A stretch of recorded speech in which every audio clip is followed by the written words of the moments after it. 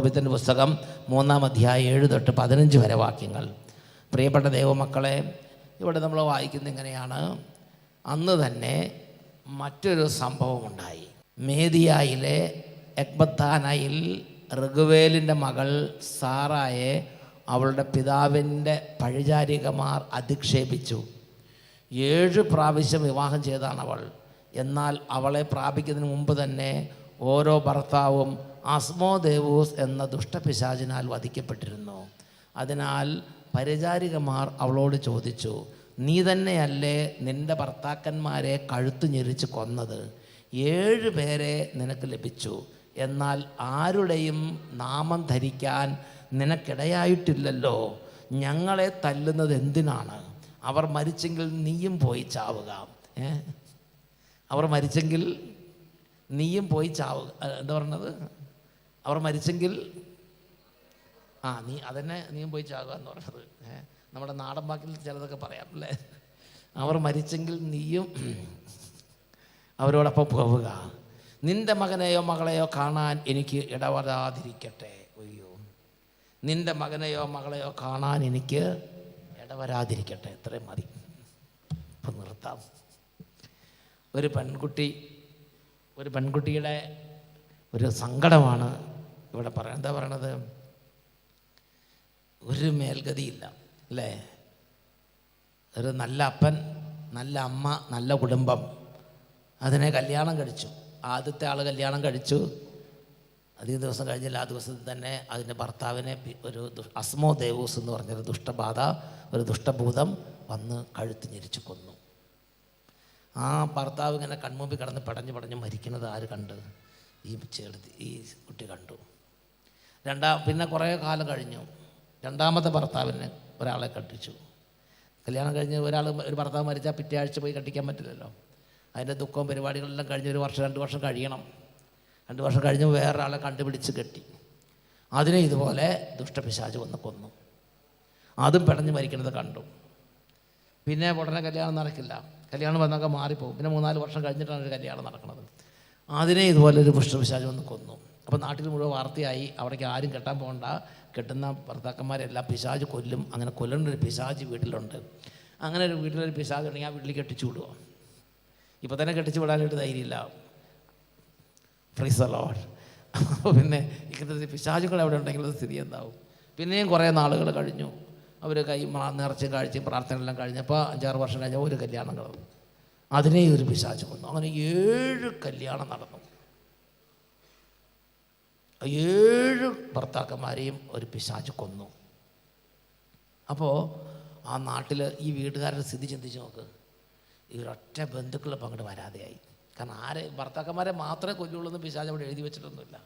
ആരെ വേണമെങ്കിലും കൊല്ലുന്നൊരു പിശാച് അവിടെ ഉണ്ടെന്ന് സർവർക്ക് മനസ്സിലായി. ഹല്ലേലൂയ. ഇനി ആരെങ്കിലും അബദ്ധവശാൽ വന്നാൽ തന്നെ രാത്രിയാകുന്നതിന് മുമ്പ് ആ വീട്ടിൽ നിന്ന് പോയിക്കോളും. ഒറ്റ മനുഷ്യൻ അവിടെ വന്ന് താമസിക്കുകയില്ല. അവിടെ ഒരു പ്രായമുള്ള അപ്പനുണ്ട്. ഇപ്പം ഈ കുട്ടിയുടെ വയസ്സ് എത്രയുണ്ടാവും അത് ചിന്തിച്ച് നോക്കി. ഒരു 20-ാമത്തെ വയസ്സിൽ ആദ്യത്തെ കല്യാണം നടന്നു വിചാരിക്കുക. 7 കല്യാണം നടക്കണം. ഒരു കല്യാണം കഴിഞ്ഞ് എങ്ങനെ ഒരു 5-6 വർഷം കഴിഞ്ഞിട്ടാണ് അടുത്ത ഈ ദുഃഖവും പരിപാടിയും ചാത്തവും ഇതൊക്കെ കഴിഞ്ഞിട്ട് വേണ്ടേ അടുത്തത് അല്ലേ? പിന്നെ ഈ വരുന്ന കല്യാണമൊക്കെ മുടക്കും. ഒരു കല്യാണാലോചന വന്നു വിചാരിക്കുക. നാട്ടുകാരെന്ത് പറയും? ചേട്ടോ, മോനെ ഇനിയും കാണണമെന്ന് ആഗ്രഹമുണ്ടോ? ഇത്ര ചോദിക്കുള്ളൂ. കെട്ടിച്ചോ കുഴപ്പമൊന്നുമില്ല, കൊലയ്ക്ക് കൊടുക്കണോ? ഇങ്ങനെയൊക്കെ ചോദിക്കും. ഒരുവിധം അറിയാവുന്ന കുടുംബങ്ങളൊക്കെ മാറിപ്പോകും. പിന്നെ വല്ല ഗൾഫിൽ നിന്നോ ഒരു ദൂരദേശത്തു നിന്ന് വരുന്നവരൊക്കെയാണ് പിന്നെ കല്യാണം കഴിക്കുന്നത്. സമീപത്തുള്ളവർ അറിയുന്നവരാരും കല്യാണം കഴിക്കുകയില്ല. ഹല്ലേലൂയ. എൻ്റെ പ്രിയപ്പെട്ട സഹോദരങ്ങളെ, എങ്ങനെ ഒരു 20-ാമത് വയസ്സ് തുടങ്ങി 40 വയസ്സിൻ്റെ ആയിട്ടുണ്ടാവും ഈ കുട്ടിയുടെ പ്രായം. 40-45 വയസ്സായി. ഇനി എൻ്റെ കല്യാണം നടക്കുമോ? വയസ്സ് എത്രയായി? ഇപ്പോൾ ഷുഗർ, കൊളസ്ട്രോൾ, BP, മുടി നരയ്ക്കുക, കണ്ണിൻ്റെ കാഴ്ച പോവുക. കാരണം ഇതൊക്കെ ആലോചിച്ചിട്ട് കുട്ടിയെ വിഷമം കൊണ്ടേ തന്നെ കണ്ണിൻ്റെ കാഴ്ച പോവുക, അങ്ങനെയുള്ള സാധനമൊക്കെ വരും. പല്ല് കൊഴിയുക. വേറെ ഒന്നും കൊണ്ടല്ല, പ്രായം കൊണ്ടല്ല, ഈ ദുഃഖഭാരം കൊണ്ട്. അങ്ങനത്തെ ദുഃഖഭാരമുള്ള ആളുകൾ ഇതിനകത്ത് ഇരിക്കുന്നുണ്ട്. ഭയങ്കര ദുഃഖഭാരമുള്ളവർ. ഈ കുട്ടിക്ക് അതുപോലെ വലിയ ദുഃഖഭാരമായിരുന്നു. ഇനി കല്യാണം നടക്കും. അപ്പനും അമ്മയ്ക്ക് പ്രായമായി. ഈ കല്യാണം നടക്കുമെന്ന് ഉറപ്പില്ല. എല്ലാ തരത്തിലുള്ള ക്ഷീണമുണ്ട് ശരീരത്തിന്, മനസ്സിന് ഭയങ്കര വേദന. ആ കൂട്ടത്തിൽ വീട്ടിൽ വരുന്ന പണിക്കാർ, അടിച്ചു തൂക്കാനൊക്കെ വരുന്നവരുണ്ടല്ലോ, പണ്ട് കാലത്ത് അവർക്ക് കയ്യും കൊപ്പിയും ഇങ്ങനെ നിന്നിരുന്ന ആളുകളാണ്. ഇവരിപ്പോൾ ഇതിനിപ്പോൾ ഇടയ്ക്ക് ദേഷ്യം വന്ന് പെട്ടെന്ന് എന്തെങ്കിലുമൊക്കെ പറഞ്ഞാൽ ഉടനെ അവരെന്താ ഷൗട്ട് ചെയ്യണത്? വായിച്ചുവെങ്കിൽ 8-ാമത്തെ 9-ാമത്തെ വാക്യം, എന്തിനാടി നീ എന്നെ തല്ലണത്? എടീ നീ എന്നെ തല്ലാറായോടി, നീ എൻ്റെ നേരെ നോക്കണെന്തിനാടി? നിനക്ക് 7 കിട്ടിയതല്ലേടി, ഒരെണ്ണത്തിൻ്റെ കൂടെ പോലെ ജീവിക്കാൻ നിനക്ക് ഇതില്ലല്ലോടി, നീ അല്ലേടി കൊന്നത്, നിൻ്റെ ഒരു കുഞ്ഞ്. അത് വായിച്ചു നോക്കി എന്താ പറഞ്ഞത്? ബൈബിളിൽ ഇത്രയൊക്കെ എഴുതണമെങ്കിൽ നിസ്സാര കാര്യമല്ല. വീട്ടിൽ വേണ്ട അംഗം നടന്നിട്ടുണ്ട്, വേണ്ട അംഗം. വെറും പണിക്കാരികൾ ചെറുക്കിട്ട് തോട്ടി സംസാരിക്കുക, തൃശ്ശൂർ ഭാഷയിൽ പറഞ്ഞാൽ. Price the Lord. എന്താ പറഞ്ഞത്? പഴിചാരികമ്മൾ അവരോട് ചെയ്തു, നീ തന്നെ അല്ലേടി നിന്റെ ഭർത്താക്കന്മാരെ കഴിച്ചു നിർത്തി കൊന്നത്? 7 പേരെ നിനക്ക് ലഭിച്ചു, ആരുടെയും നാമം ധരിക്കാൻ നിനക്ക് ഇടയായില്ലല്ലോ. ഞങ്ങൾ എന്തിനാണ് തല്ലണത്? അവർ മരിച്ചെങ്കിൽ നീയും പോയിച്ചാൽ നിൻ്റെ മകനെയോ മകളെയോ കാണാൻ ഞങ്ങൾക്ക് ഇടവരാതിരിക്കട്ടെ. ഇങ്ങനെ അങ്ങോട്ട് തുടങ്ങി. ഇതുകൊണ്ടൊന്നും അവസാനിച്ചിട്ടില്ല. ഇത് ഫസ്റ്റ് ഗ്രേഡ്, സെക്കൻഡ് ഗ്രേഡും തേർഡ് ഗ്രേഡും വേറെ കിടക്കണം. അതൊന്നും എഴുതാൻ പറ്റാത്തതുകൊണ്ട് എഴുതിയിട്ടില്ല, സോറി. Price the Lord. അതൊന്നും അങ്ങനത്തെ ഇത് ഡെയിലി കേൾക്കുകയാണ് ഈ കുട്ടി. അപ്പോൾ ഈ കുട്ടിയുടെ ഹൃദയത്തിൻ്റെ വ്യതകളും ഭാരവും ചിന്തിച്ച് നോക്കിയേ. ഒരു 500 കിൻഡലെങ്കിലും എടുത്ത് വെച്ച മാതിരിയാണ് കുട്ടിയുടെ ചങ്കിരിക്കുന്നത്. അത്രമാത്രം ദുഃഖവും ഭാരമാണ്. ഇത്രയും വിഷമവും വേദനയും സഹിക്കുന്നൊരു കുട്ടി. ഈ കുട്ടിയുടെ വിഷമം കണ്ടിട്ട് അപ്പനും അമ്മയും അപ്പുറത്തിരുന്ന് കരയാം. ആ കരച്ചിൽ കാണുമ്പോൾ ഈ കുട്ടിക്ക് പിന്നെയും വിഷമം കൂടുക. ഞാൻ ഇവർക്കൊരു ഭാരമായല്ലോ അല്ലേ, പിന്നെ ഇരുന്ന് വിഷമിക്കുക. കുട്ടിക്ക് എവിടേക്ക് നോക്കിയാലും ദുഃഖിക്കാനേ വഴിയുള്ളൂ, വേറെ ഒരു വഴിയിൽ സന്തോഷിക്കാനൊരു വഴിയില്ലാത്ത കുട്ടി. ദുഃഖം മാത്രം, എവിടേക്ക് നോക്കിയാലും ദുഃഖം മാത്രം. ബന്ധുക്കൾ വരുമ്പോഴും സഹതാപത്തോടെ തോന്നും. എന്നാലും കുട്ടി പള്ളിയിൽ പോകാൻ പറ്റുമോ? നമ്മുടെ കൂട്ടരല്ലേ. Praise the Lord. വേലക്കാരികൾ ഇങ്ങനെയാണെങ്കിൽ ഇത്തിരി ദേഷ്യമുള്ളവർ പുറത്തേക്ക് ഇറങ്ങി എന്തായിരിക്കും അവരുടെ സംസാരം? എൻ്റെ പ്രിയപ്പെട്ട സഹോദരരെല്ലാം കണ്ടും കേട്ടും പിന്നെ ഓരോരുത്തർ വന്ന് പറയും, ഇത് ഇന്ന വീട്ടുകാർ നിന്നെക്കുറിച്ച് ഇന്ന പറഞ്ഞിട്ടുണ്ട്, ഇത് ഇന്ന വീട്ടുകാർ ഇന്ന ബന്ധു നിന്നെക്കുറിച്ച് ഇങ്ങനെയാണെന്ന് പറഞ്ഞു. അതുങ്ങൾ കേൾക്കും. അതുങ്ങൾ കേൾക്കുമ്പോഴുള്ള വിഷമം വേറെ. നമ്മളൊന്നും ചെയ്യാതെ നമ്മൾ കേൾക്കണ കാര്യം നമുക്കറിയാം. എൻ്റെ പ്രിയപ്പെട്ട സഹോദരൻ, അതാണ് അടുത്ത വാക്യം 10 തൊട്ട് 17 വരെ. അടുത്ത വാക്യം വായിച്ചു നോക്കിയേ. ഇതെല്ലാം കേട്ടുണ്ടായ ദുഃഖത്തിൻ്റെ ആധിക്യം, ഇതെല്ലാം കേട്ടുണ്ടായ ദുഃഖത്തിൻ്റെ ആധിക്യത്താൽ തൂങ്ങി മരിച്ചു കളയാമെന്ന് പോലും അവൾക്ക് തോന്നിപ്പോയി. അവൾക്ക് ഞാൻ ഇനി ജീവിക്കണം, ഞാനങ്ങോട്ട് മരിച്ചേക്കാം, ഞാനങ്ങോട്ട് മരിക്കാം. ഇന്ന് ഇതിനകത്തിരിക്കുന്ന ഒരുപാട് പേർക്ക് ചിലപ്പോൾ ഇങ്ങനത്തെ ഒരു പീഡയായിരിക്കാം.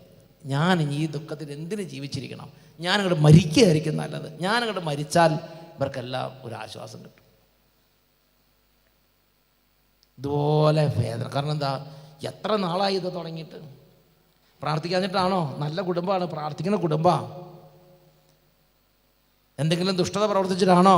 നല്ല കാര്യം മാത്രമേ കുടുംബങ്ങൾ ചെയ്തിട്ടുള്ളൂ. അപ്പൻ്റെ അമ്മയുടെ ദോഷമാണോ? നല്ല പാവപ്പെട്ട അപ്പനും അമ്മയും.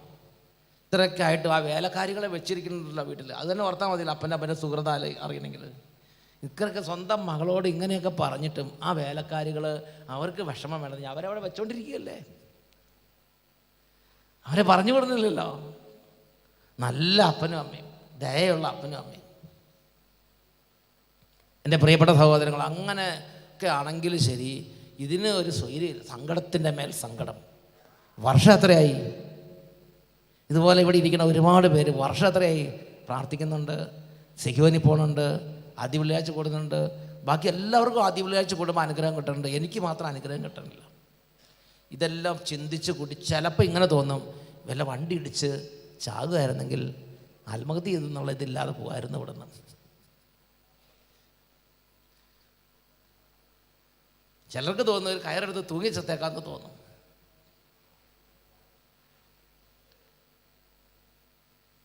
ചിലരിങ്ങനെ പോയിട്ട് പറയുന്നുണ്ട്, ആ കോവിഡ് കാലത്ത് ചത്തുപോയായിരുന്നു, ഇതൊന്നും കാണുമോ കേൾക്കുകയും ചെയ്യണ്ടായിരുന്നല്ലോ. ആ കൂട്ടത്തിൽ നമ്മളിങ്ങനെ അടിച്ചു പോയാൽ മതിയായിരുന്നു. Price the Lord. ആ ദുഷ്ട വൈറസ് നമ്മുടെ വീട്ടിലേക്ക് വന്നില്ലല്ലോ എന്ന്.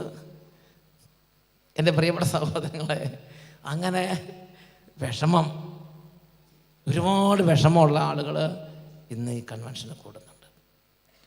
ഈ വിഷമം ഇതെല്ലാം വായിച്ചു നോക്കിയേ, ഇതെല്ലാം കേട്ടിട്ടുണ്ടായ ദുഃഖത്തിൻ്റെ ആധിക്യത്താൽ, ദുഃഖം എന്ന് പറഞ്ഞാൽ സാർ രാത്രിയും പകൽ 24 hours ദുഃഖത്തിൻ്റെ ആധിക്യത്താൽ തൂങ്ങി മരിച്ച് കളയാമെന്ന് പോലും അവൾക്ക് തോന്നിപ്പോയി. എങ്കിലും അവൾ പുനർവിചിന്തനം ചെയ്തു. ഇതാണ് ധ്യാനം കൂടിയുള്ള ഗുണം. ധ്യാനം കൂടിയാൽ ഒരു ജീവിത ദുഃഖം, ജീവിതത്തിൻ്റെ ഒരു പ്രതിസന്ധി, ജീവിതത്തിൻ്റെ വലിയൊരു ക്രൈസിസ് എന്തു തന്നെയാകട്ടെ, ഒരുപക്ഷെ സകലതും കയ്യിൽ നിന്ന് പോകുന്ന പോലെ അവസ്ഥ വന്നാലും എന്തു ചെയ്യില്ല, ദൈവത്തിൻ്റെ വചനം കേട്ടിട്ടുള്ളവർ, ദൈവത്തെ ആരാധിക്കുന്നവർക്ക് സ്വർഗത്തിൽ നിന്ന് സഹായം വരും. അവർക്കൊരു കച്ചിത്തുരുമ്പ് കിട്ടും. അവർക്ക് ഈ മകൾക്കൊരു ചിന്ത കിട്ടി, വേണ്ട, ഒരു പുനർചിന്ത കിട്ടി. മരിക്കണം എന്നാണ് എപ്പോഴും തോന്നണത്. അപ്പോൾ എന്ത് ചെയ്തു, ഒരു പുനർചിന്ത കിട്ടി, വേണ്ട, ഞാൻ മരിക്കണ്ട. ഞാൻ മരിച്ചാൽ എൻ്റെ അപ്പനും അമ്മയ്ക്കും ഭയങ്കര വിഷമാവും. അതുകൊണ്ട് ഞാൻ സഹിച്ചാലും എൻ്റെ അപ്പനും അമ്മയ്ക്ക് ഇനിയും ദുഃഖിക്കരുത്. അതുകൊണ്ട് ഞാൻ മരിക്കില്ല. വായിച്ചു നോക്കിയേ, അവൾക്ക് തോന്നിപ്പോയി. എങ്കിലും അവൾ പുനർവിചിന്തനം ചെയ്തു. ഞാൻ പിതാവിൻ്റെ ഏക മകളാണ്. ഞാൻ ഇങ്ങനെ ചെയ്താൽ അവനത് അപമാനകരമായിരിക്കും, സഹിക്കാൻ പറ്റില്ല. വൃദ്ധനായ എൻ്റെ പിതാവ്, അപ്പോൾ ഈ അപ്പനും അമ്മയും വൃദ്ധയായി. അപ്പം നിങ്ങൾ ചിന്തിക്കുന്ന വീട്ടിലാകെ 3 പേരേ ഉള്ളൂ. വൃദ്ധനായ ഒരു അപ്പൻ, വൃദ്ധയായ ഒരു അമ്മ, 40-45 വയസ്സുള്ള 7 ഭർത്താക്കന്മാർ കൺമുമ്പിൽ കിടന്ന് മരിക്കുന്നത് കാണാൻ വിധിക്കപ്പെട്ട ഒരു കല്യാണം നടക്കാത്ത ഒരു മകൾ. 40-45 വയസ്സുണ്ട്. ഇനി കല്യാണം നടക്കില്ലെന്ന് അറിഞ്ഞുകൂടാ. ഈ ഇനി അടുത്ത കല്യാണത്തിന് മുമ്പ് ഇനി അപ്പൻ മരിച്ചു പോകുമെന്ന് അറിഞ്ഞുകൂടാ. അങ്ങനത്തെ ഒരു മകൾ. അങ്ങനെ 3 പേര് മാത്രമേ ഉള്ളൂ. ശ്മശാന മൂകത, കഞ്ഞിവെപ്പില്ല, ഭക്ഷണം കഴിക്കലില്ല. 3 പേർക്ക് ദുഃഖം മാത്രമേ ഉള്ളൂ. അടുപ്പുകല്ല് പോലെ 3 പേര് എന്ന് പറഞ്ഞാൽ വെറും ദുഃഖം മാത്രം. അങ്ങോട്ടും ഇങ്ങോട്ടും നോക്കിയിരിക്കുന്ന 3 പേര്. സംസാരങ്ങളില്ല, വേദന മാത്രം. 3 പേർക്കും വേദന മാത്രം. നമ്മുടെ കൂടെ ഇച്ചിരിയെങ്കിലും വെച്ചല്ലേ, വല്ലപ്പോഴൊക്കെ ഒരു സംസാരിക്കില്ലേ, ഇച്ചിരിയെങ്കിലും ഒരു ചിരി, വല്ലപ്പോഴും ആഴ്ച ഒന്നെങ്കിലും, മാസത്തിൽ ഒന്നെങ്കിലും ഒരു ചിരി. ഇവിടെ അങ്ങനെയല്ല. 3 പേര് അവരെ കണ്ടാൽ നമ്മളെ കൂടെ ശക്തി പോകും. എന്ത് പറഞ്ഞ് ആശ്വസിപ്പിക്കും? ആരഞ്ഞ് വരും അവരോടേക്ക് പറഞ്ഞ ആശ്വസിപ്പിക്കും? വാക്കുകളില്ല. ആര് വരും? എൻ്റെ പ്രിയപ്പെട്ട സഹോദരങ്ങളെ, അപ്പോൾ ഈ മകള് ആദ്യം തോന്നി അങ്ങോട്ട് മരിച്ചങ്ങോട്ട് എല്ലാം അവസാനിപ്പിക്കാമെന്ന്. പിന്നെ പുനർവിചിന്തനം ചെയ്തു.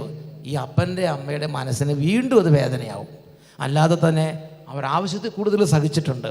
അതുകൊണ്ട് അവൾ പുനർവിചിന്തനം ചെയ്തു. ഇതാണ് വചനം കേട്ട മക്കൾ വീട്ടിലുണ്ടെങ്കിൽ ആപത്ത് സമയത്ത് വചനം അവരെ സഹായിക്കും, അവരെ ബലപ്പെടുത്തും. അപ്പനും അമ്മയ്ക്ക് ഒരൊറ്റ വാക്കുകൊണ്ട് പോലും ബലപ്പെടുത്താൻ കഴിയാത്ത കാലങ്ങൾ വരും. ഒരക്ഷരം നിങ്ങൾ സംസാരിക്കാൻ ഒരക്ഷരം വാക്ക് കിട്ടാത്ത കാലങ്ങൾ വരും. എന്നാൽ ചെറുപ്പത്തിലെ വചനം കേൾപ്പിച്ചാൽ ആ വചനം ഉള്ളിൽ കിടക്കുന്നുണ്ടാവും. ഉള്ളിൽ കിടക്കുന്ന വചനം ആ സമയത്ത് കുട്ടികളോട് സംസാരിക്കും. ഉള്ളിൽ കിടക്കുന്ന വചനം പ്രതിസന്ധിയുടെ സമയത്ത് നമുക്ക് ജീവൻ തരും, നമുക്ക് ഉന്മേഷം തരും. എൻ്റെ പ്രിയപ്പെട്ട സഹോദരങ്ങളെ, ഇപ്പോൾ എന്താ സംഭവിക്കുന്നത് വായിച്ചു നോക്കിക്കേ. അവൾ പുനർവിചിന്തനം ചെയ്തു. ഞാൻ പിതാവിൻ്റെ ഏക മകളാണ്. ഞാനിങ്ങനെ ചെയ്താൽ അവനത് അപമാനകരമായിരിക്കും. വൃദ്ധനായ എൻ്റെ പിതാവ് വേദന കൊണ്ട് ഹൃദയം പൊട്ടി മരിക്കും. അവൾ കിളിവാതിലിൻ്റെ അടുത്ത് നിന്ന് പ്രാർത്ഥിച്ചു. അതാണ് ദൈവവചനം അവളെ പ്രാർത്ഥനയ്ക്ക് പ്രചോദിപ്പിച്ചു. അവൾ എന്ത് ചെയ്തു? അവൾ പതിവ് പോലെ അവൾ കിളിവാതിലിൻ്റെ അടുത്തേക്ക് പോയി. അവർ സ്വർഗസ്ഥനായ ദൈവത്തിൻ്റെ മുമ്പിൽ അവൾ പ്രാർത്ഥിച്ചു. വായിച്ചു നോക്കിയേ, അവൾ കിളിവാതിലിൻ്റെ അടുത്തേക്ക് പോയി ഇവിടെ നിന്ന് എന്താ പ്രാർത്ഥിച്ചത്? തുടർന്ന് അവളുടെ പ്രാർത്ഥനയാണ്. വായിച്ചു നോക്കിക്കേ. എൻ്റെ ദൈവമായ കർത്താവേ, വേദനയോടുള്ള വിളിയാണ്. എൻ്റെ ദൈവമായ കർത്താവേ, അങ്ങ് വാഴ്ത്തപ്പെട്ടവനാകട്ടെ.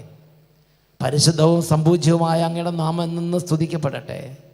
എല്ലാ സൃഷ്ടികളും അവിടുത്തെ എന്നെന്നും വാഴ്ത്തട്ടെ.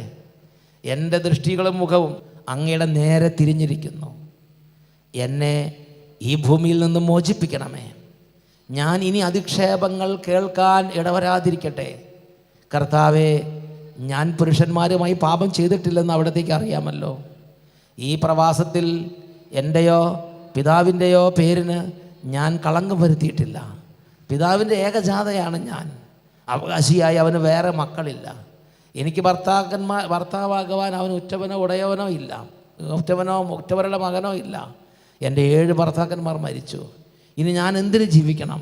ഞാൻ ജീവിക്കണമെന്നാണ് അവിടുത്തെ ഹിതമെങ്കിൽ എന്നെ കാരുണ്യപൂർവ്വം കടാക്ഷിക്കണമേ.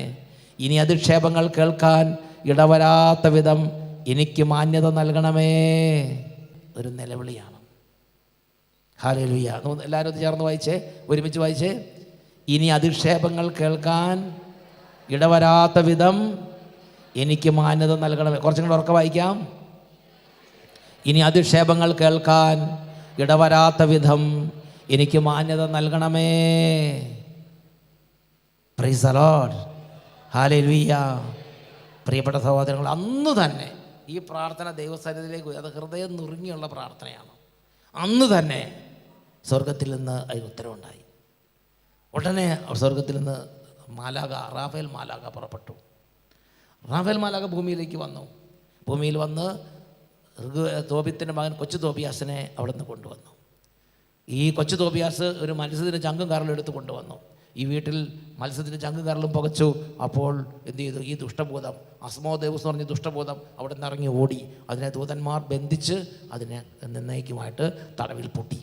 എൻ്റെ പ്രിയപ്പെട്ട സഹോദരങ്ങളെ, പിന്നീട് ഈ മകളുടെ കല്യാണം നടന്നു. കടങ്ങളൊക്കെ മാറി, അവസ്ഥ മാറി. ആ വീട്ടിൽ ചിരിയായി, സന്തോഷമായി, കല്യാണം നടന്നു, മക്കളായി, തലമുറകളായി. ആ കുടുംബത്തിൻ്റെ അന്ധകാരം നീങ്ങിപ്പോയി. മരണത്തിൻ്റെ താഴ്വരയിരുന്ന കുടുംബം സന്തോഷം കൊണ്ട് നിറഞ്ഞു. ദുഃഖത്തിൻ്റെയും വിലാപത്തിൻ്റെയും ആ അവസ്ഥ മാറി. സ്തുതിയുടെ മേലങ്കി കർത്താവ് ആ കുടുംബത്തിന് നൽകി. സ്തുതിയുടെ മേലങ്കി നൽകി. എന്നുവെച്ചത് പറഞ്ഞ് ഹല്ലേലൂയ, ഹല്ലേലൂയ. വിലാപത്തിൻ്റെ വസ്ത്രം കർത്താവ് അഴിച്ചു മാറ്റി സ്തുതിയുടെ മേലങ്കി കർത്താവ് നൽകി. ആദ്യ വെള്ളിയാഴ്ചകളിൽ കർത്താവ് ഇവിടെ വന്ന് കരയുന്ന അനേകം കുടുംബങ്ങളിൽ അവർക്ക് ചെയ്തു കൊടുക്കുന്ന ഒരു കാര്യം, വിലാപത്തിൻ്റെ വസ്ത്രം അഴിച്ചു മാറ്റി സ്തുതിയുടെ മേലങ്കി കൊടുത്ത് കർത്താവ് അനുഗ്രഹിക്കുന്നത് കണ്ടിട്ടുണ്ട്. അവർക്ക് പറഞ്ഞ് ഹല്ലേലൂയ. എല്ലാ ബുധനാഴ്ചയും ഹോളി സ്പിരിറ്റ് ഈവനിങ് എന്ന് പറഞ്ഞൊരു ശുശ്രൂഷയുണ്ട്. ആ ശുശ്രൂഷയെ പങ്കെടുക്കുന്നവർക്കും അങ്ങനെ തന്നെയാണ്. സൗത്ത് ആഫ്രിക്ക എന്നൊരു കുടുംബം പറഞ്ഞില്ലേ, അവർക്ക് വിഷമമായിരുന്നു, പ്രതിസന്ധിയായിരുന്നു. അവരുടെ വിലാപത്തിൻ്റെ ആ വസ്ത്രം മാറ്റി അവർക്ക് സ്തുതിയുടെ മേലേക്ക് കൊടുത്തു. ദൈവത്തെ ആരാധിക്കാനുള്ള കൃപയും കൊടുത്തു. ഇന്ന് ഇവിടെ വന്നിരിക്കുന്നവർ നിലവിളിക്കണം, എൻ്റെ കർത്താവേ, ഒരുപാട് പ്രതിസന്ധിയിലൂടെയാണ് കടന്നു പോകുന്നത്. ഇനി അധിക്ഷേപം. അപ്പോൾ നമ്മുടെ ജീവിതത്തിൽ ഒരു പ്രതിസന്ധി ഉണ്ടായാൽ, ഒരു പ്രശ്നം ഉണ്ടായാൽ അവിടെ നമ്മൾ കോംപ്രമൈസ് ചെയ്യരുത്. പാപത്തോട് കോംപ്രമൈസ് ചെയ്യരുത്. നമ്മൾ വേറെ ഏതെങ്കിലും ശക്തികളോട്, ലോകത്തിൻ്റെ ശക്തികളോട് കോംപ്രമൈസ് ചെയ്യരുത്. രാഷ്ട്രീയ നേതാക്കന്മാരോട് പോയി കോംപ്രമൈസ് ചെയ്യരുത്. നിങ്ങൾ പെട്ടെന്ന് പോയി കീഴടങ്ങരുത്. ഒരു ശക്തിക്ക് നിങ്ങൾ പെട്ടെന്ന് കീഴടങ്ങരുത്. നിങ്ങൾ പറയണം, ഞാൻ ആരാധിക്കുന്ന എൻ്റെ ദൈവം ജീവിക്കുന്നുണ്ട്. ഞാൻ കേട്ടിരിക്കുന്ന ഓരോ വചനങ്ങളും സത്യദൈവത്തിൻ്റെ വചനങ്ങളാണ്. ആ വചനത്തിന് ശക്തിയുണ്ട്. ഞാൻ പ്രാർത്ഥിക്കുന്ന ഓരോ പ്രാർത്ഥനയ്ക്കും ശക്തിയുണ്ട്. ഞാൻ ജീവിക്കുന്ന ദൈവത്തെയാണ് ആരാധിക്കുന്നത്.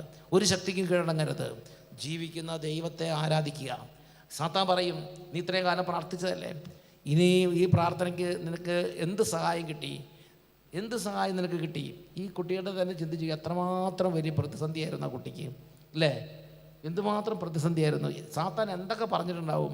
നീ 7 കല്യാണം കഴിച്ചു, ഒരെണ്ണത്തെ പോലെ മാക്കി വെക്കാൻ നിൻ്റെ ദൈവത്തിന് ശക്തി എവിടെ? നിൻ്റെ ദൈവത്തിന് ശക്തി ഉണ്ടെങ്കിൽ ഇപ്പോൾ കാണണ്ടല്ലേ? ഈ കുട്ടിയുടെ അപ്പനെ അമ്മേനെയും പിശാച് എത്ര പീഡിപ്പിച്ചിട്ടുണ്ടാവും. നിൻ്റെ ദൈവത്തിന് ശക്തി ഉണ്ടെങ്കിൽ എൻ്റെ മകളുടെ കണ്ണുനീര് ദൈവത്തിന് കണ്ടുകൂടെ?